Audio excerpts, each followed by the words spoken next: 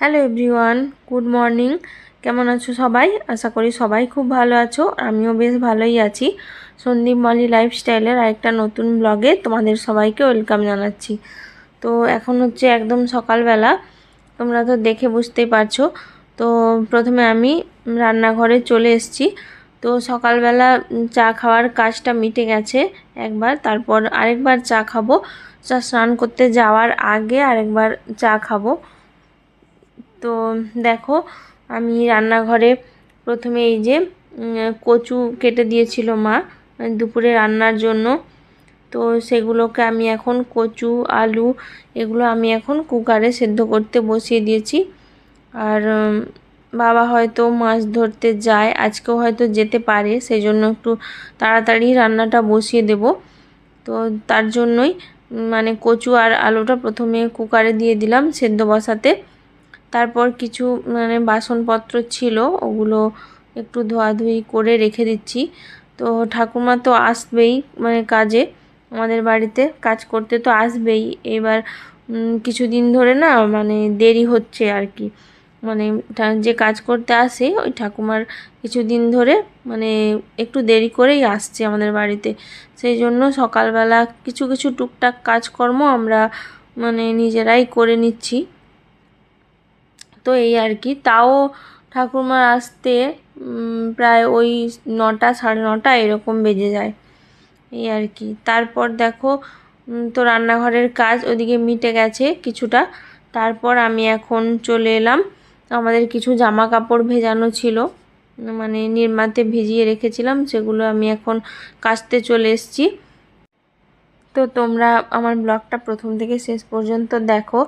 আশা করি প্রতিদিনের মতো আজকের ব্লগটাও তোমাদেরকে ভালো লাগবে।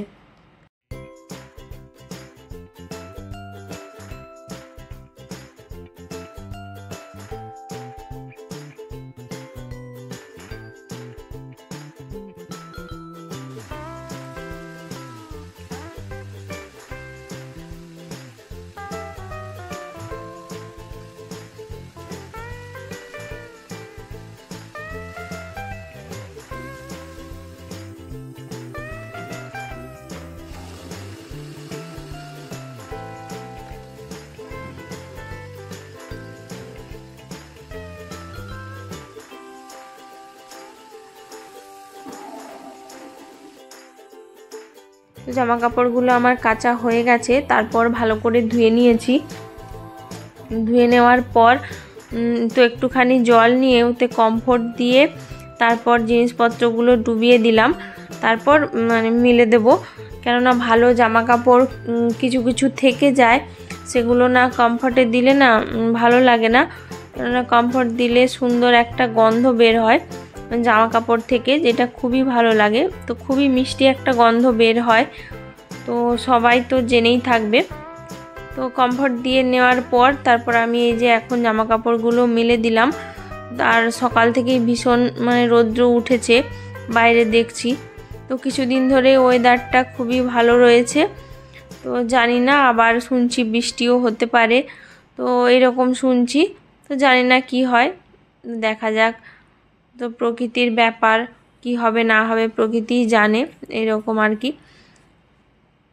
তো তারপর দেখো আরও কিছু কাজকর্ম রয়েছে আমার। তো এগুলো হয়ে যাওয়ার পর ওই যে দেখো মা এখন ওই যে আমাদের বাইরে যে হাতি বাঘ এগুলো করা রয়েছে, এগুলো হচ্ছে ফাইবারের।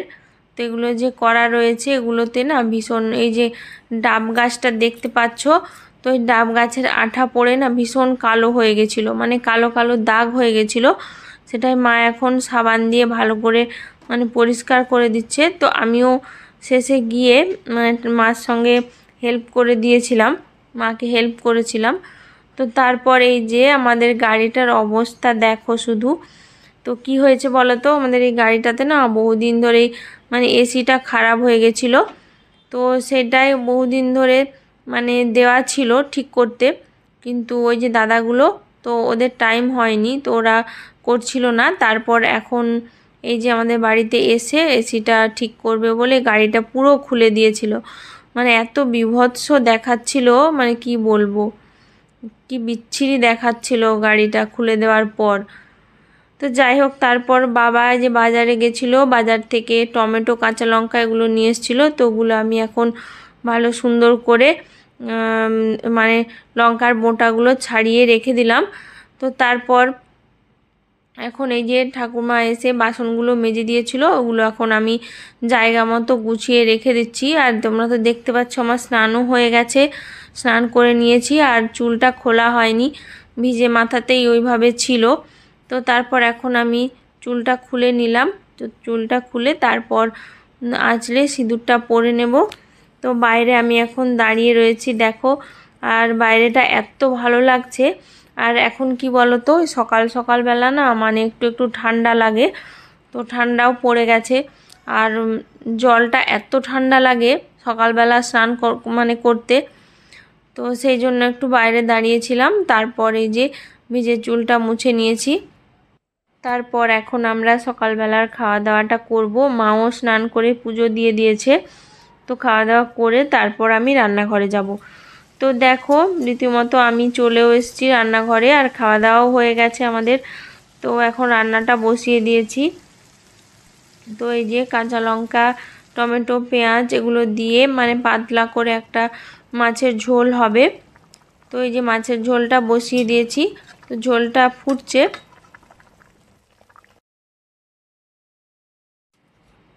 আর ওদিকে মেয়েও দেখো ঘুম থেকে উঠে পড়েছে। তো আমি রান্নাঘরে ছিলাম, আর ও এসে দেখো আমার ক্যামেরার সামনে এই যে একটু ঢং করে নিচ্ছে, কি আর বলবো। তো আমি রান্না করছি, ও এসে আমার সঙ্গে কথা বলছিল, আর ওর পেছনে আমি বক বক করছিলাম। তো আমার ঝোলটা ওদিকে হয়ে গেছে, নামিয়ে দিলাম। আর এই যে দেখো মেয়েকে, দেখো এই যে একটু ঢং দেখাচ্ছে ও।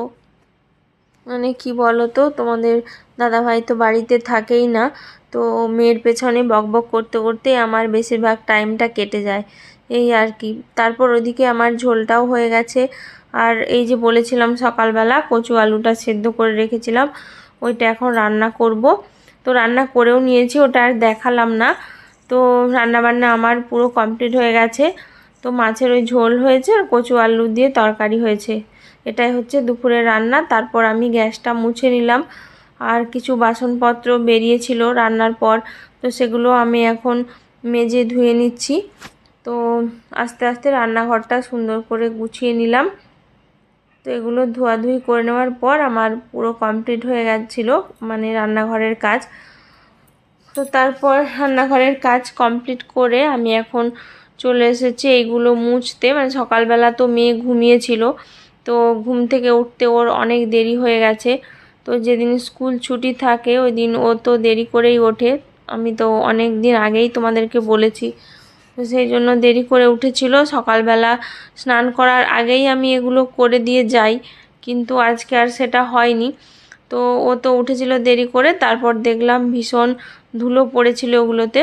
তো কি আর করা যাবে, স্নান করার পরেও তো ওগুলো মুছামুছি করে নিলাম। তো এক আধ দিন তো করতেই হয়, কিছু করার নেই। তারপর একদম চলে গেলাম বিকেলবেলায়, তোমাদের সঙ্গে একদম বিকেলবেলা দেখা হচ্ছে। দুপুরবেলা খাওয়া দাওয়া করে রেস্ট নিয়েছিলাম, তারপর বিকেলবেলা ঘুম থেকে উঠে যে ঘর বারান্দাগুলো ঝাঁট দিয়ে নিচ্ছি। প্রথমে আমার রুমটা ঝাঁট দিয়ে নিলাম, তারপর পুরো ঘরগুলো বারান্দাগুলো ঝাঁট দিয়ে নিচ্ছি। তো এই যে আমি এখন বারান্দাটা ঝাঁট দিতে চলে এসেছি, আর মেয়ে ওদিকে খেলতে চলে গেছে, আর মা বাইরে বসে রয়েছে। সব থেকে বড় কথা কি বলো তো, এখন না এই যে দুপুরবেলা একটু ঘুমিয়ে যাই, তো উঠে 4টা না বাজতে বাজতে মনে হয় যেন কত মানে বেলা পড়ে গেছে এরকম। আর ঘুম থেকে ওঠার পরে না কীরকম যেন একটা লাগে, মানে কিছুই ভালো লাগে না, তো এরকম। তারপর দেখো আমি ঘর বারান্দাগুলো ঝাঁট দিয়ে নেওয়ার পর বাইরে চলে এসেছি। তো ওই যে বললাম মা বাইরে বসেছিল, তারপর ওইটা হচ্ছে মায়ের বান্ধবী, তোমরা তো জেনেই থাকবে। তো কাকিমা এসেছিলো, তারপর আমি হচ্ছে চা করে নিয়ে এসেছিলাম সবার জন্য। তো আমরা বসে বসে বিকেলবেলা এই যে গল্প করছি, আর দোলনাতে বসে সবাই মিলে চা খাচ্ছি।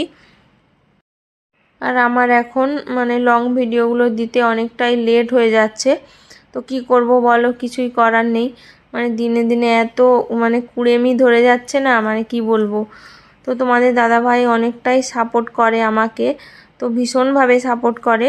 তার জন্যই আমি আরও সাহস পাই ভিডিও বানানোর। তো তাও যে কেন দিন দিন মানে এরকম কুড়েমি ধরে যাচ্ছে বুঝতেই পারছি না। তো যাই হোক, মেয়ের একটা পার্সেল এসেছিলো, তো ওটাই আমি এখন রিসিভ করে নিলাম। ও তো খেলতে গেছে, তো ও এসে ওটা মানে আনবক্সিং করবে, আমি রেখে দিয়েছি। তো আজকের ব্লগটা এই পর্যন্তই। কেমন লাগলো সবাই কমেন্ট করে জানিও, আর ভালো লাগলে লাইক কমেন্ট শেয়ার করে দিও, চ্যানেলটাকে সাবস্ক্রাইব করে আমার পাশে থেকো। তো আজকের মতো টাটা, ভালো থেকো সবাই, সুস্থ থেকো। আর সামনে অনেক কিছুই ভালো ভালো প্ল্যান রয়েছে তোমাদের সঙ্গে, সেগুলো তো শেয়ার করবই। তোমরা লং ভিডিওর মাধ্যমে বা শর্ট ভিডিওর মাধ্যমে সেগুলো জানতে পারবে। তো যাই হোক, আজকের মতো টাটা, দেখা হচ্ছে নতুন একটা ব্লগে।